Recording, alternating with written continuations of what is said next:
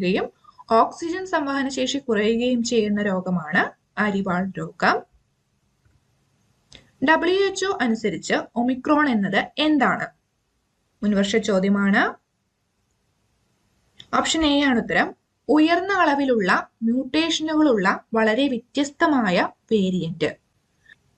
Omicron എന്നത് ഉയർന്ന അളവിലുള്ള മ്യൂട്ടേഷനുകളുള്ള വളരെ വ്യത്യസ്തമായ വേരിയന്റ് ആണ്.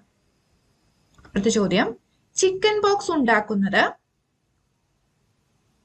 ഓപ്ഷൻ എ ആണ് ഉത്തരം. Varicella virus. ചിക്കൻ പോക്സ് ഒരു വൈറസ് രോഗമാണ്. അതിന് കാരണമായ വൈറസ് എന്ന് പറയുന്നത് വേരിസെല്ല വൈറസ്.